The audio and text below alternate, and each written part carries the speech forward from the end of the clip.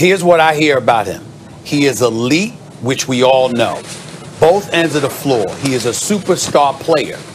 But he is one of the most indifferent leaders you will ever see in your life. He is not a guy that is going to galvanize and inspire.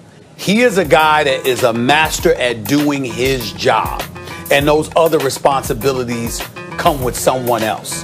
And because of that, some people pointed out to how that was a huge problem for the Clippers last year. Now, we can't ignore that PG clearly had a problem with Montrezl Harrell and vice versa. Harrell basically told everybody that.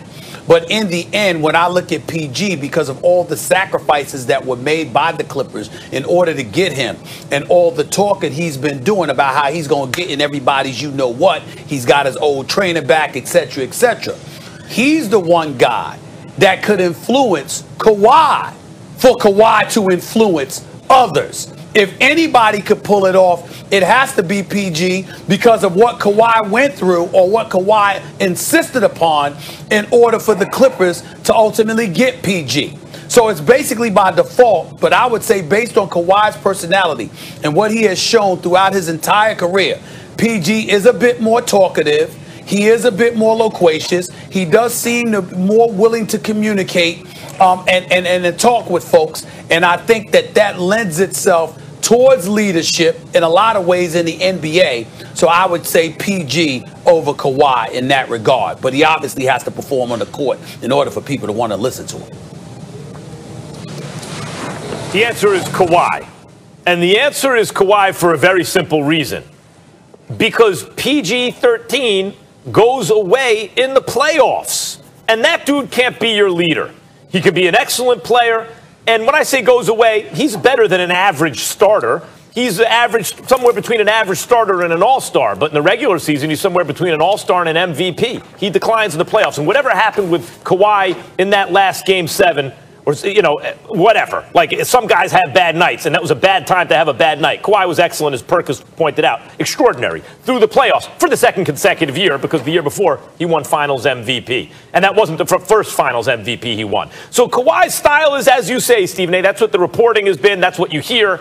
And I wouldn't dispute it. And it's maybe not ideal. Although, some people lead by example. And if Kawhi is the best at just doing his job, and that's the example he says, maybe everyone should do their jobs. But the problem with Paul George is he's disqualified because your best player should be your leader. And barring that, a clutch player can be your leader, but not a guy you can't rely on when it matters most. That's why the reporting has also been that the team didn't have a problem with the special treatment Kawhi got. They had a problem with the special treatment Paul George got. That can't be your leader. Max, you are so wrong right now. You are so wrong in so many areas by saying that your best player has to be your leader, and that is not true. When you look at the Miami Heat, do you know who's the leader for the Miami Heat, Max? Who is the leader for the Miami Heat? I didn't say your best player has to be your leader. Jimmy Butler. You just said that. Who? No, he's not.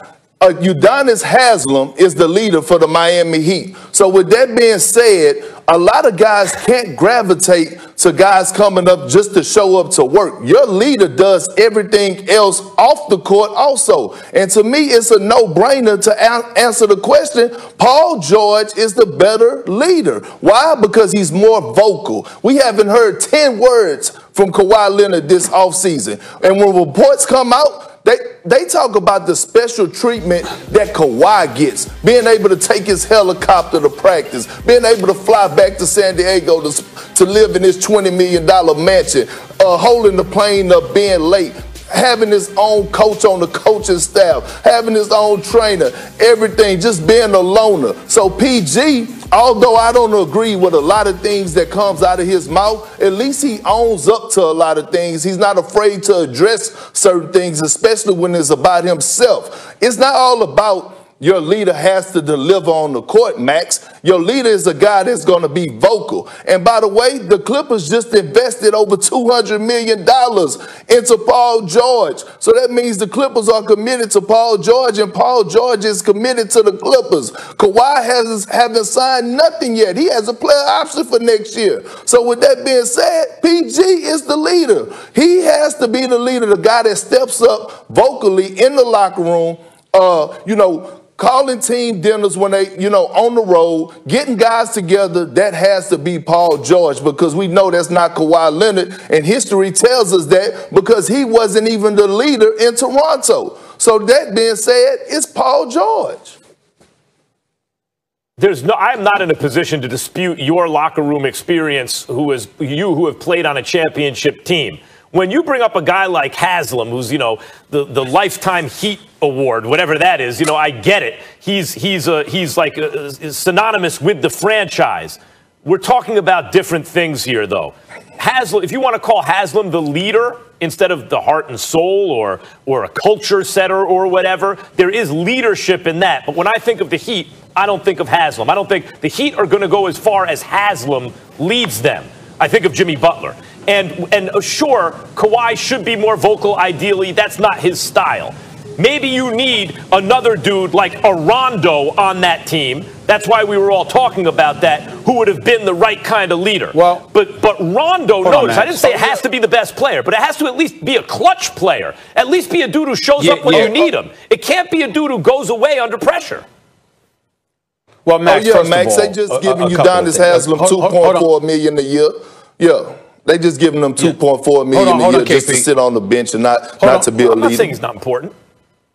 Hold on, KP. Here's the deal, Max. Here's what you're missing. You're not highlighting how bad Kawhi is in terms of leadership. See, it'd be one thing if you were just some normal dude, and you just didn't happen, you didn't have that rah-rah personality, but you went out and you played as exceptionally well as he plays for the most part.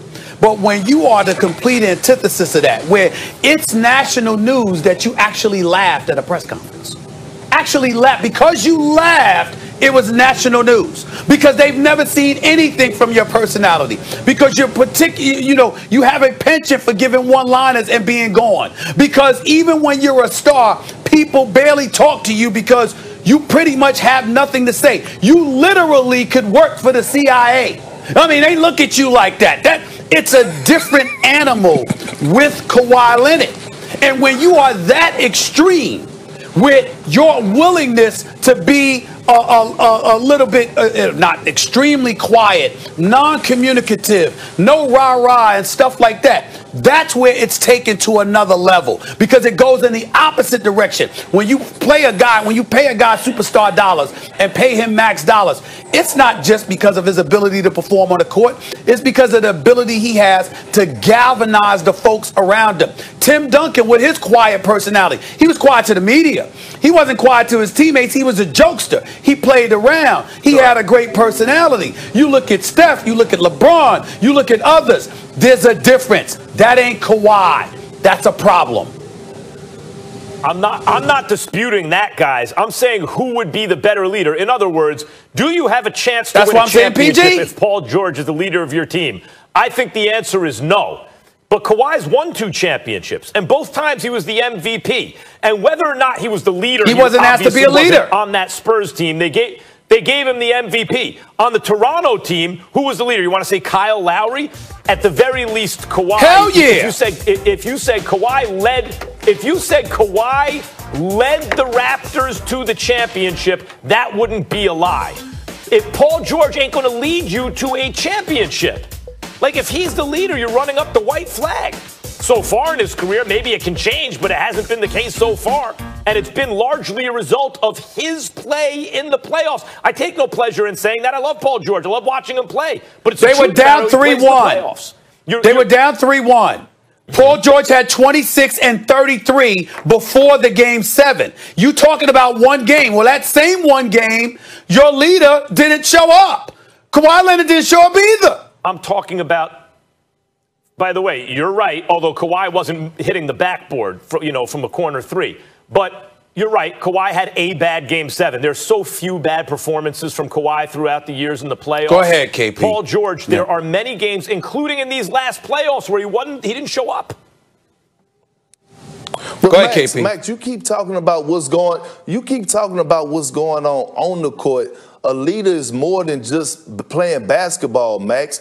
Leadership is everything. The whole is making everybody feel comfortable, everybody feel whole, being able to address situations when things are not going well for you, but things are going well for the team. That's a real leader. Kawhi Leonard is not pulling no one to the side. If Reggie Jackson is having is going through a shooting slump or having a bad 10 games, you think Kawhi Leonard is pulling Reggie Jackson to the side and having a conversation with him? Hell no. Paul George is. Max, that's a leader. It's it's only one way to paint a leader. It's not just show up and produce 25 and 9 and everybody else do what the hell y'all got to do. Just follow my lead far as my skill set, because everyone is not skilled like Kawhi, but a leader has to be vocal. Has to be vocal. If you ask anybody around the NBA, but actually, who's their leader in their locker room, what's their leader in the locker room? Just like in Golden State,